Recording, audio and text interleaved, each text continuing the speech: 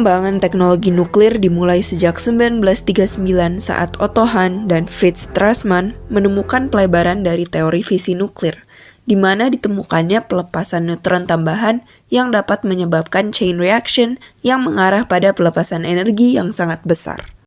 Peneliti mulai gencar bereksperimen dengan penemuan baru itu, dengan tujuan untuk membuat senjata di tengah Perang Dunia Kedua. Setelah Amerika turut aktif di Perang Dunia Kedua, Amerika mulai risetnya untuk mengembangkan senjata nuklir. Proyek Manhattan di bawah pimpinan Oppenheimer dan Fermi berhasil membuat model bom atom pertama. Dari percobaan Trinity, terciptalah senjata atom yang dijatuhkan di Hiroshima dan Nagasaki untuk mengakhiri Perang Dunia Kedua.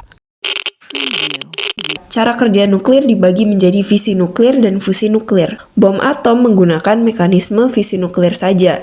Reaksi fisi ini adalah pemecahan atom berat menjadi atom-atom yang lebih kecil. Selama proses tersebut, neutron dibidikan ke bagian nukleus atom, sehingga nukleus terpecah membentuk atom-atom baru yang lebih kecil, pecahan neutron, serta radiasi gamma. Sedangkan bom nuklir menggunakan keduanya, fisi dan fusi nuklir. Reaksi fusi menggabungkan atom-atom kecil menjadi atom yang lebih berat.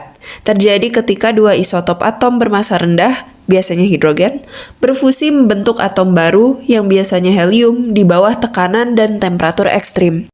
Reaksi fusi ini tidak menghasilkan limbah radioaktif seperti gamma, namun sangat sulit untuk dibuat tanpa menggunakan fisi nuklir terlebih dahulu. Sejak Perang Dunia Kedua berakhir, banyak negara yang berlomba-lomba membuat senjata nuklir secara diam-diam, seperti Prancis, Inggris, dan Uni Soviet. Namun, dunia mulai sadar bahwa nuklir bukan hanya untuk menghancurkan dunia ini. Awal 1950-an, reaktor nuklir untuk pembangkit listrik mulai dikembangkan. Dengan potensi dari energi nuklir, dia bisa menjadi sumber energi terbarukan yang mutakhir. Meski banyak negara yang masih penasaran ingin membuat senjata, di tengah perang dingin itu, mereka sepakat akan potensi lain dari tenaga nuklir ini. Pada 1980-an, sekitar 4% energi yang digunakan di seluruh dunia adalah energi nuklir. Cara kerja PLTN adalah digunakannya reaksi nuklir untuk memanaskan air yang membuat uap untuk menggerakkan turbin. Bagaimanapun, energi nuklir terlalu kuat bagi umat manusia. Diperlukan kehati-hatian ekstra untuk mengoperasikan teknologi bertenaga nuklir. Kesalahan kecil pun dapat berdampak serius pada lingkungan seperti apa yang terjadi di Chernobyl ataupun Fukushima.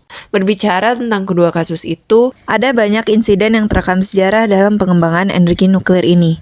Lebih dari setengahnya adalah karena kesalahan ataupun kelalaian manusia.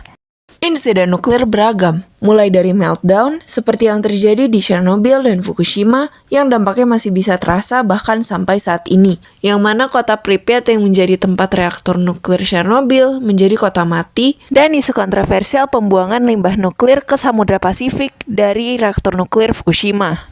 Selanjutnya ada criticality accidents, seperti Demon Core yang menjatuhkan 2 korban jiwa dan membuat regulasi keamanan percobaan nuklir lebih diketatkan. Lalu Tokaimura Nuclear Accidents 1999 yang memakan 3 korban yang salah satunya adalah Hisashi Ouchi yang harus mendapatkan perawatan intensif karena terpapar radiasi nuklir yang begitu banyak. Dan masih banyak lagi insiden-insiden lain.